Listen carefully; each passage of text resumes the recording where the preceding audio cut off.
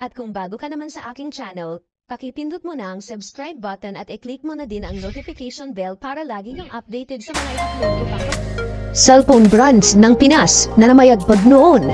Nasaan na nga kaya sa ngayon? Ano ang kwento sa likod ng kanilang pagkawana? At totoo nga bang unti-unti nang namamatay? Ang demand sa kasalukuyang panahon ay ang pagkakaroon ng cellphone. Bukod kasi sa convenience, ito na rin halos umiikot ang pang-araw-araw na buhay ng mga tao. Mula sa communication, marketing, education, pati na sa trabaho, entertainment, at iba pa. Dito na halos lahat makikita. Ika nga nila, isang click lang ay marami lang pwedeng magawa sa ngayon.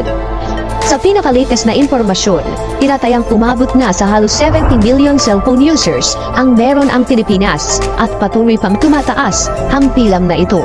Isa rin ang mga Pilipino sa tinatayang may pinakamatagal na screen time o oras na nagugugol sa paggamit ng cellphones sa buong mundo. Sa kabila ng naggagandahang phone models at brands sa ngayon, may ilang local brands sa Pinas ang talaga namang naging blockbuster noon. Narito ang ilan sa mga cellphone brands ng Pinas na unti-unti na umanong natatabunan sa merkado. MyPhone. Taong 2007, nang unang mailabas sa publiko ang pinakaunang Pinoy mobile phone brand. Nisenyo talaga ang MyPhone base sa pangangailangan ng masang Pilipino. Layunin ng brand na ito na unahin ang interes at lifestyle ng publiko. Sa unang kilala ito dahil sa kakaiba nitong features, gaya na lang ng 2GB microSD card na may lamang halos 800 audio and text on ebook na siya namang naglalaman ng kopya ng mga recipes, prayers, jokes, emergency first aid, fast food delivery hotlines, at ang iconic nitong screensaver na watawat ng Pilipinas. Pa rin ng ilang models ang MyPhone. At upang makasabay sa demand ng techie world natin sa ngayon, inia-upgrade nila ang kanilang features. Pero dahil sa napakaraming bagong labas na phone company, ay isa na sa itinuturing na endanger brand ang MyPhone. Ang huling activity nito ay naitala umano taong 2022, pero ang pinakahuli nilang nirelease na phone ay noon pang 2019. Torque. Ang Pinoy brand naman na ito, iba rin ang teknik. Naging target nito ang makagawa ng produktong hindi kamahalan, pero kalidad para sa Pinoy. Hindi tulad sa iba, primary goal ng Torque ang libangan. Kaya naman ang mga produkto nito ay pawang may mga features gaya ng radio, television, camera with video recorder, at ang pangmalakasang multimedia player. Sa maliit na halaga at kalidad nito, ay malali itong tinangkilik ng publiko. Pero gaya sa ilan, ay nakatabunan na rin ang brand na ito. Ang pinakahuling tala ng active ay noon pang 2019. May balita ring ang ilang social media pages nito ay mas nagtuon na sa pagbebenta ng kanilang e-cigarettes kaysa gadgets. Cherry Mobile. Well, rather naman kilala ng karamihan ang brand na ito. Bukod kasi sa na-promote ito ng mas matagal sa ilang TV programs, ay mas marami rin itong nakasabayan at nabenta. Taong 2009, nang unang mailabas sa publiko ang Cherry Mobile. Sa mga taong iyon, rin ng sales ang ilan sa mga kalaban nito, gaya ng Nokia at BlackBerry. Pero dahil sa mas Pinoy at mas makamasa umano ang dating ng brand na ito, ay tinangkilik pa rin ito ng mga tao at nakasabay sa marketplace ang Cherry Mobile. Ang brand na ito maglabas ng pinakaunang Android tablet sa Pinas. Ilan pa sa mga features nito ay ang dual SIM, shockproof, at ang lifestyle orientation nito. Bukod dyan mga sa pinakaunang local brand sa bansa na nakapaglabas ng LTE smartphone, powerbank phone, at marami pang iba.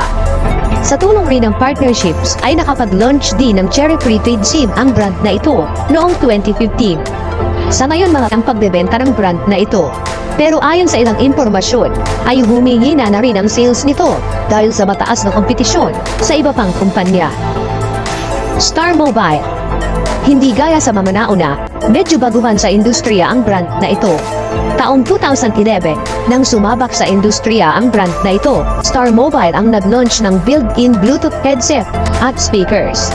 Nagbebenta rin sila ng iba pang gadgets, gaya ng tablets at laptops na talaga namang kumpara sa iba ay abot kaya. Hindi may tatanggi na talagang bumababa na ang benta ng local brands dito. Sa iba naman ang bago at mas advanced na smartphone sa ngayon ay hindi talaga maiiwan na mas tangkilikin ito ng nakararami. Katwiran ng iba, di bali na ngang mahal, basta't tatagal at makasasabay sa pangangailangan ng modernong panahon sa ngayon. Para sa iba, kaya naman umanong sumabay ng brands natin sa mga giant tech companies. Ang naging problema nga lang bukod sa mahigpit na kompetisyon ay mas advanced kasi ang features ng ibang brand, bagay na hinahanap na ngayon ng mga cellphone users. Pero inyo, kompetisyon nga ba ang dahilan kung bakit unti-unting nawawala sa merkado ang mga brands na ito? O dahil sa hindi makayanan ng ilan na makasabay sa demand ng mga ba ang nasa likod ng logo ng Apple? Ngayon, halos lahat ng mga tao sa mundo ay nagmamay-ari ng isang produkto ng Apple, tulad ng mga laptop at smartphones. Ang mga smartphones o anumang gadget ay talagang napakahalaga sa ating pang-araw-araw na buhay at mas napapabilis nito ang gawain ng mga tao. Anumang bagay ay maaari mong gawin dito, hanggang sa mga impormasyong ibinibigay nito. Isa sa pinakasikat at mabentang smartphone na yun ay tinatawag na iPhone. Ang logo nito ay kilala sa lahat ng dako, ngunit kakaunti ang talagang nakakaalam kung ano nga ba ang ibig sabihin ng logo na ito. Hindi ba kakaiba na ang isa sa pinakamalaking kumpanya ng teknolohiya sa mundo ay may logo ng isang mansanas? Ano nga ba ang ibig sabihin ng logo na ito? Ano ang kaugnayan nito kina Eva at Adan? Ang Apple Computer Company ay itinatag noong April 1, 1976 ni Steve Jobs, Steve Wozniak at Ronald Wayne bilang isang partnership. Ang mga pangunahing produkto ng Apple ay ang mga iPhone smartphone, iPad tablet, computer, Apple Watches at Apple TV at marami pang iba.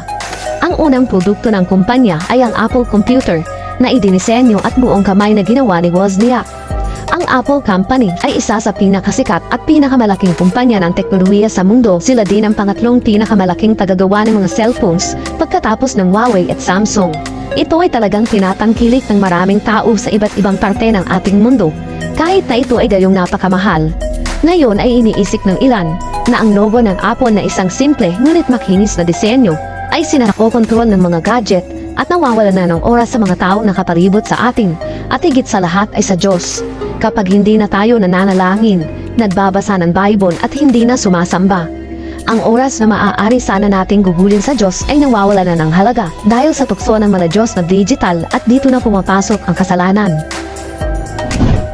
Sa kabuuan, ang mga gadget na ito tulad ng isang iconic na iPhone ng Apple ay mas malapit na bagay sa kasaysayan ni Eva at Adan. Ang pangakong ibinigay nito sa mga user ay parang ang napakalapit na